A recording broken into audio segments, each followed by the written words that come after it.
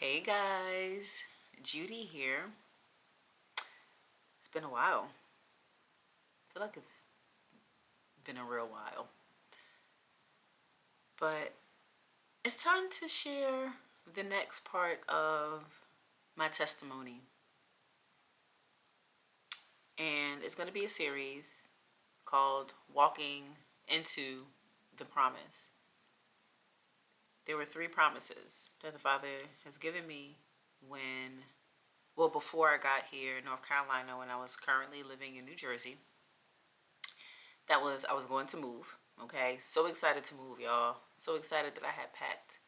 I started packing. I took a 1 week vacation, started packing my bags, and then realized midweek, like, oh, that doesn't work that way. You don't know where you're going. But then eventually, I did get the answer of North Carolina. The second part was that the Father was going to bring healing to my family, which He has been doing. Now, I did not realize that I was going to be a part of that process. Being honest, I really did not realize that that was going to be me too.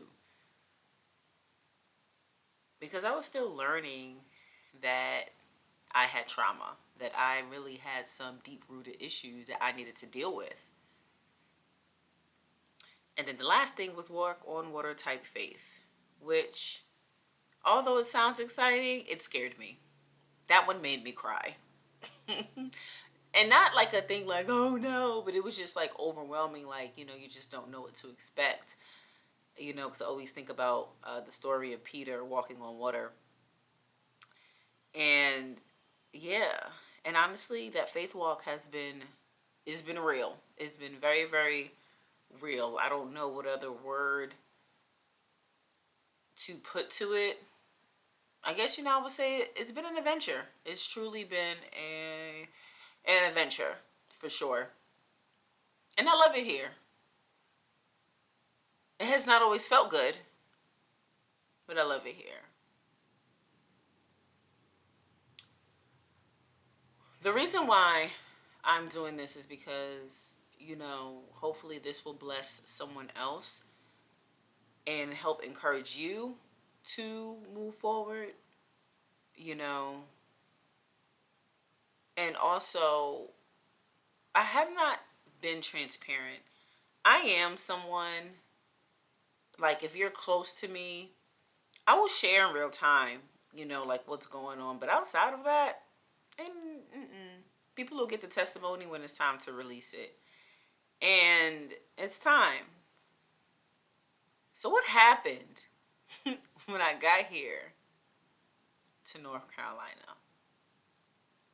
Well,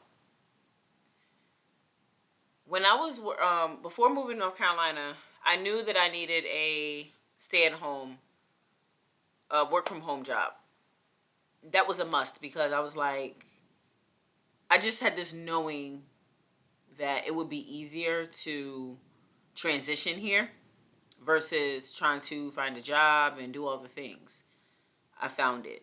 You know what's wild in the midst of that? I was working for a telehealth company and the position was called care counseling. So it was care counseling slash care coaching.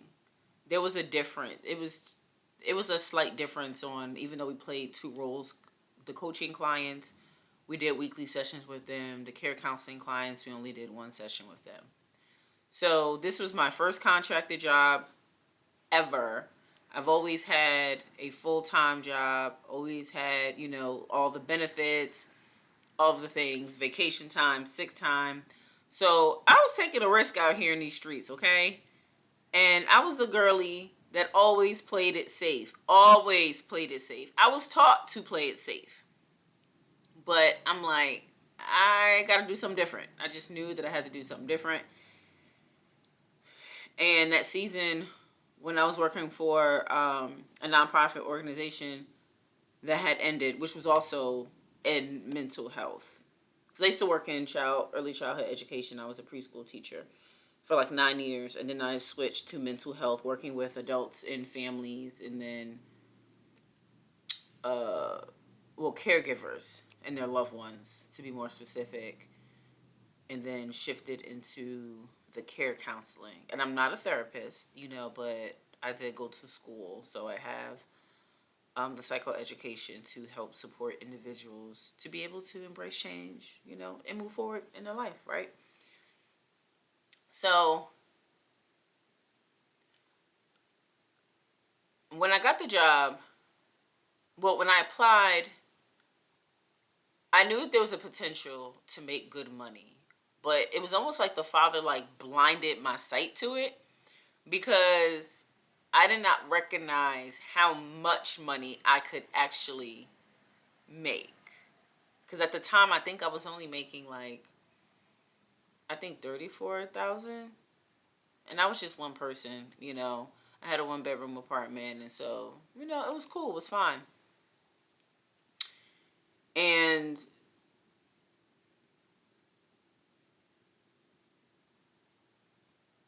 after accepting the offer, it was almost like that veil was removed. And then I realized how much money I was had the potential to make. And I was like, oh snap, oh snap. I made good money and I had control over my entire schedule. So let's see, that was what, December? I got hired in December 2022, did training in January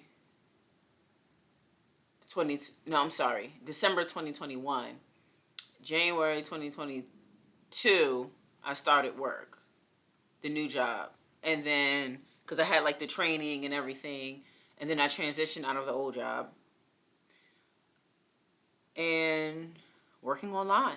I had to get my balance of work from home life, all the things. Um,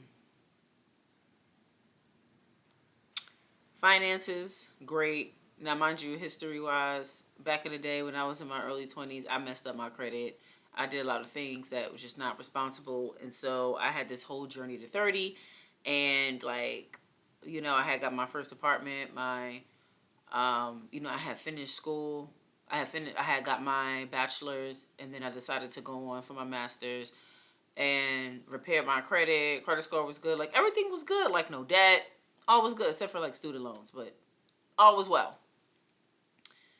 You know, I'll spare you the details of getting here to North Carolina, unless you want to know, because there was some warfare definitely in the midst of that. There was definitely some warfare in the midst of that. But when I got here, life was great. I was in a new place. I'm like, I'm making good money. I have this new position.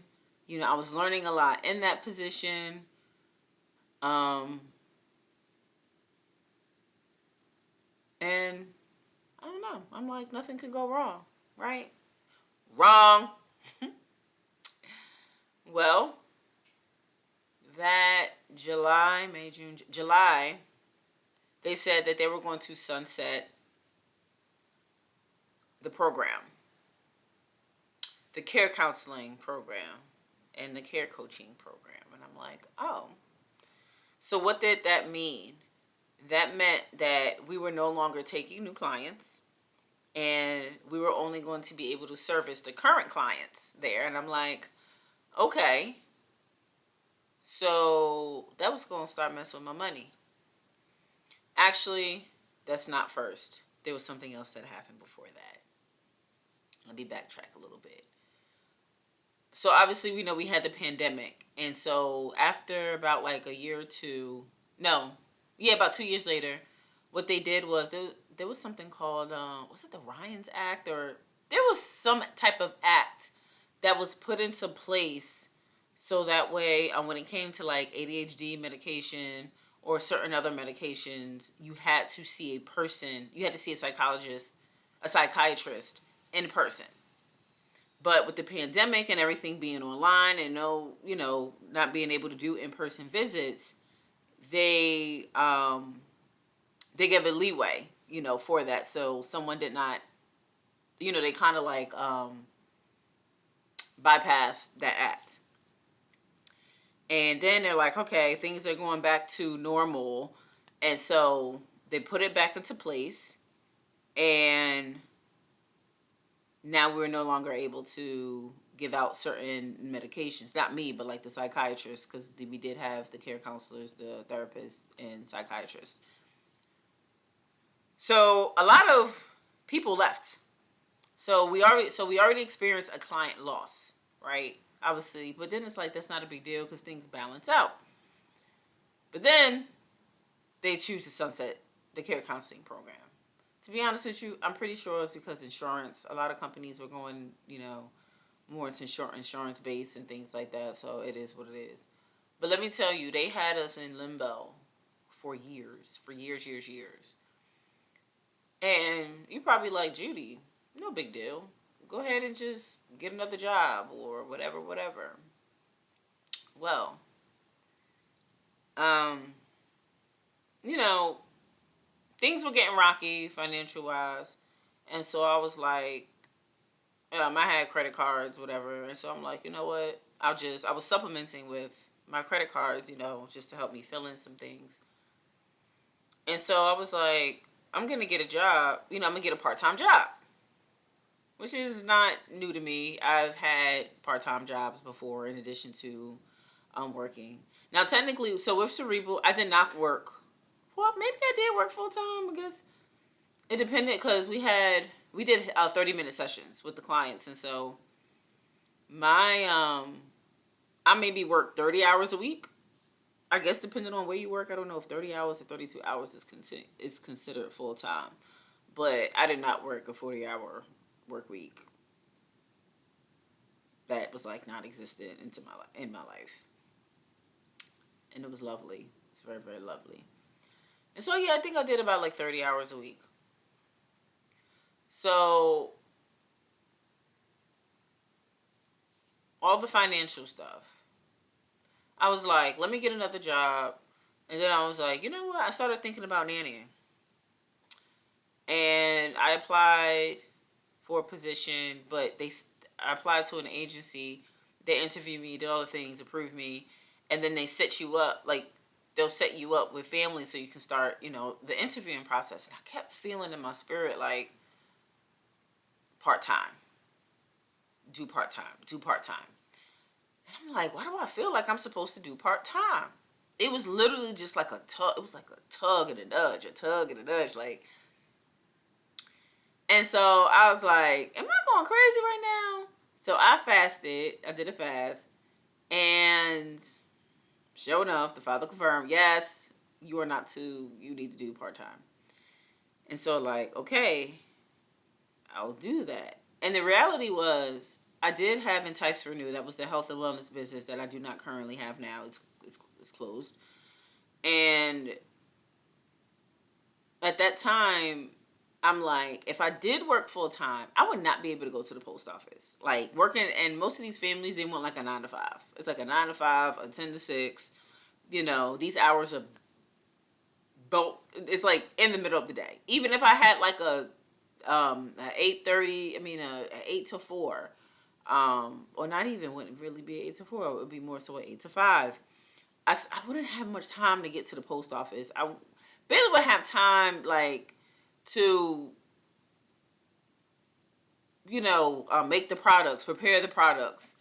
And so I'm like, I don't even know how that would work. And so I just assumed that was the reason why the father had me not do the full time. There was more to it. So I decided to do part time. Um, and so I just picked up babysitting shifts. It was like open. They would ask you if you're available. You give them your availability, and they schedule you. So I'm like, cool. But it still wasn't enough because with the care counseling position, the income was just fluctuating, and obviously being being a contractor, self contractor, your income is going to fluctuate. which is fine. But with all of the issues that was going on, it was just, it was a lot.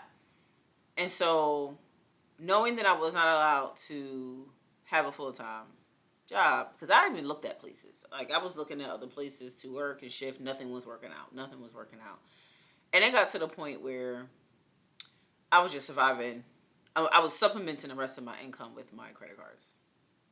I did not share with anybody. Like, maybe some people knew that, like, my job was being rocky, whatever. And I would ask for prayer, like, hey, something to open up, blah, blah, blah. Nothing. Nothing. And so I hid it. I did. I didn't really tell anybody. I did that for almost 2 years. Actually, I did do it for 2 years. It was 2 years. At that point, there was some time. At some point in time, my father, he was like, "Hey, I'm gonna take over your car note," and I'm just like, "Okay, I'm gonna receive the blessing, right?" He had no idea I was going through these financial issues, none whatsoever, none, because I hid it. And he, eventually, I did tell him. When I tell y'all, he was not happy. He was not happy at all, right? But in the midst of that, there was a lot of lessons that I had to learn. Because it was like, but did you bring me out here just for my life to fall apart? Like, it made no sense. Like, everything was good in New Jersey. Like, it made absolutely no sense to me at the time. And then I just kept thinking about Job, you know. Um, he had me in Job for a while. And one of the things that was coming up was I was prideful. I had a lot of pride. But pride for me didn't look like what it did for other people. It wasn't boastful. It was very much a false humility, where it's just like, oh, what was me? Like, don't, yes, I'm going through this issue, but I'm okay. I'm independent. I'm like, I'll figure it out by myself. I don't need help. Um, but the thing was, I did need help. You know what my problem was? I was afraid to fail. That was the underlying thing. I was afraid to fail. I remember always saying failure is not an option. Well, I came out here and failed every way possible. And so, because I'm like, dang, you know, the debt that I'm in currently is because of the choices that I made then. Because I was prideful, because I didn't tell anybody that I needed help. So it's like, if I asked for help at the time that I needed it, I wouldn't be in debt right now. I would not have been in debt right now. I prolonged my own process because I was so prideful. I literally exhausted all my funds. Like, when I asked for help is when I literally had nothing left. Nothing. Everything was maxed out. Everything. Nothing in the bank. Everything maxed out. I did it to myself. And I had to recognize that. I had to recognize that. And so it's like, well, here I am, you know. It was very humbling for sure. But I had to learn that I'm not a bad person because I needed help. I'm not a bad person because, you know, I, got in debt. I'm not a bad person because I wasn't able to pay my bills. Like, there was a lot of things that was like, that was in my mind, that made me feel a lot of shame. And I needed to work through that. And one of the things that I remember the Father revealing to me is that I was worthy, despite my situation. I was worthy. And the example that he gave me was a baby, or just kids in general, but we're going to stick with particularly babies. When you have a baby, what do? They eat, sleep, poop, cry. The adult is taking care of the baby. The baby don't pay no bills. The baby is just existing and being taken care of. Is that baby not worthy? Another example he gave me, there's homeless people on the street, right? Every homeless person has a story. You can't assume that you know what they've been through or what they're going through or where they've been or where they're going to go. But are they not worthy of being helped? Are they not worthy of being healed? And I was like, oh, hmm. And that's when I recognized that I found my value and my worth in what I did.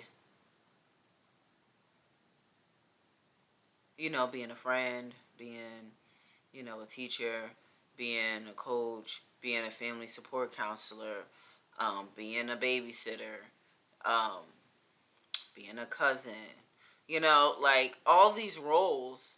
That's what I found my worth in. But if you take all of that away, I'm just me. And I had to recognize I'm worthy because I'm me. Like the Father created me. He loves me. He has put me here for a purpose.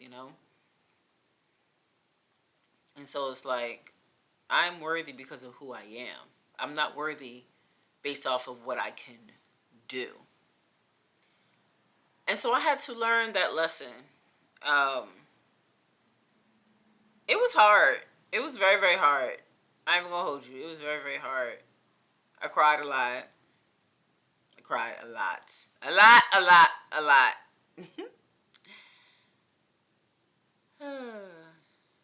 That was something else too. I had to learn how to navigate my emotions. But yeah, that's what happened. But there's so much within that. Okay, here's what happened, but you got all of the things inside, and I'm going to do my best to, just be able to expound more on the inside lessons of that process. Like processing I had to learn how to feel my emotions and process my emotions and give my emotions to the Father. I had to learn to love myself in the midst of the storm. I had to learn how to ask for help. I had to learn to receive the help.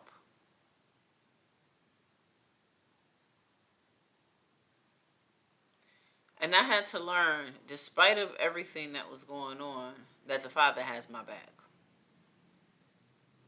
Because I'm going to tell you, I remember asking him, I'm like, do you want homelessness to be a part of my story? I asked him that. I sure did. Because I was like, this ain't making sense. This ain't adding up. And I'm just like, do you want me to be homeless? I'm like, am I? Because I felt like I was fighting for no reason. I'm like, I wasn't sure. Let me rephrase it. I was not sure if I was fighting for something I was supposed to be fighting for, or I was fighting something I was supposed to let go. Because even in the midst of that, and some of y'all probably could have been thinking like, you have a business, Judy. Yes, I did, but like I had to start all over coming down here. It wasn't like I moved and I had the same support that I did in Jersey. It didn't happen that way, which was such a reality check for me. Such a reality check. Because you just assume like, oh, things are gonna be fine and blah blah blah. Mm-mm. Nope. And honestly, I don't know if I'm really go there. Um, just out of respect, I'm gonna not go there into depth into that. But um, not much money was being made there. So I had to get into the swing of things all over again and like build up, entice, renew all over again. So yeah, I did get there was like some money from that, but like it ain't really, it wasn't like major. Um, so yeah, I'm gonna pause here. I'm gonna pause here. But like if you have any questions, feel free to drop them in um, the comment section. And thank you for stopping by. And I'm excited to share. I'm excited to share because the one thing I wanted to share my testimony from a healed place and not from a I'm still feeling stuck and broken place. That's very important because if I leave you on a cliffhanger, you might be in the pit yourself. And we can always bond over the experiences, but you know, how do we get out? What do we do? What did that look like? And I want to be able to expound on that. But that was that's what the main thing that happened. And so come along this journey with me. Some of you guys been here, and thank you for staying. If you're new here, welcome. Thank you for joining. And if you've been here and you no longer want to be here, please unsubscribe and move forward. Move on. It's okay. No offense taken because your season with me may be over. I'm going this way, you going that way. That is completely fine. So y'all be blessed and I will see you next time.